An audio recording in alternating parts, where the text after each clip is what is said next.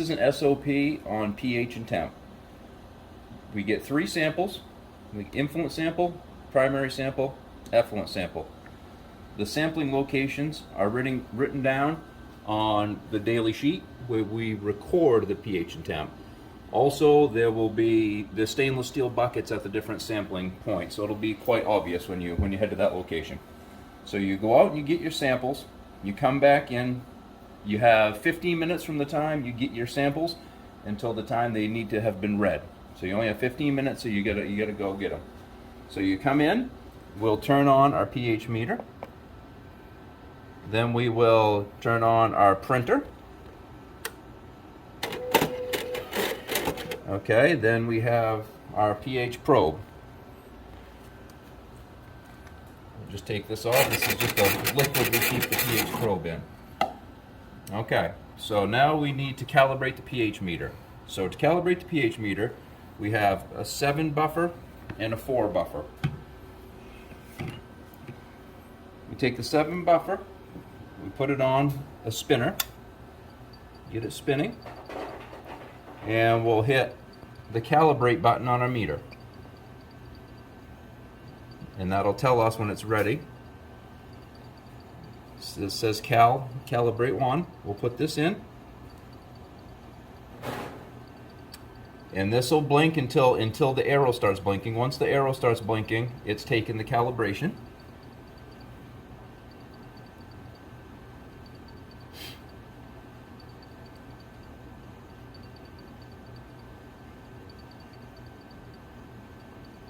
So now that that's blinking, you hit calibrate again, and that's going to be, now it's ready for the second calibration point. So we'll rinse off our probe, and now we will put on the 4 buffer, and now we will wait for the meter to read the 4 buffer.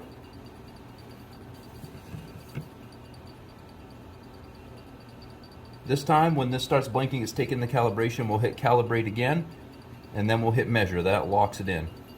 Locks in the calibration.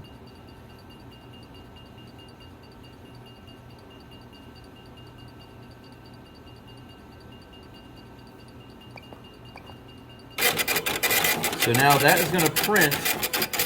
That's got all the information of what time we calibrated this meter. That needs to be saved. So what I typically do is you just write your initials down on here. It has the time and the date, and we just save it up here. That's just records that we have calibrated this meter. Now we're ready to read the pH and temp.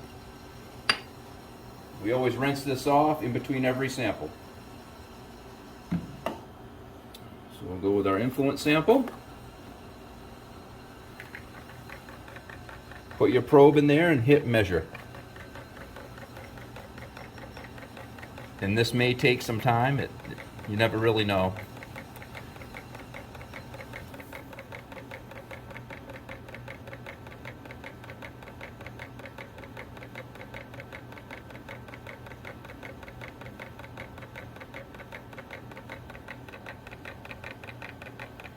Also, while we're waiting for that, I should mention, on your daily sheet, today is September 1st, you're going to write, it's 11:08. So that is going to be the time of analysis. 11:08.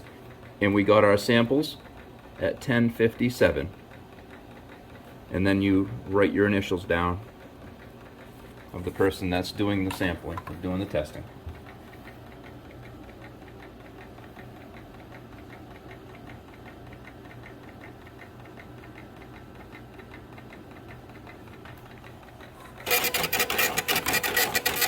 Okay, so the influent sample has been read, so now we can record that on our daily sheet.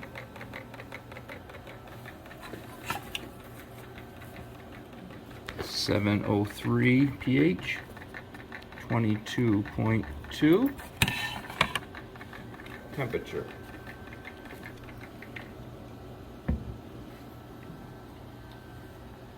So we'll rinse our probe off again. And now we will read the pH. of the primary sample.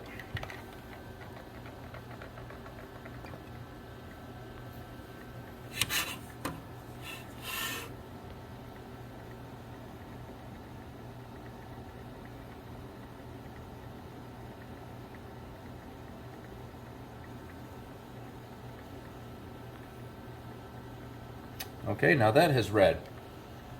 Once the arrow stops blinking, it has read the pH. So that's a 609 pH, and that's also 22.2 temperature. Rinse off again. Now we'll do the effluent sample. Measure.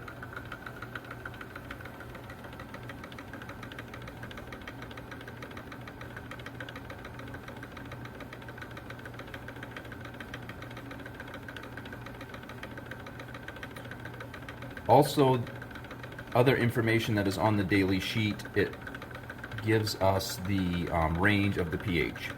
pH cannot be any lower than 6.0 or any higher than 8.5, and it will tell us that on the sheet.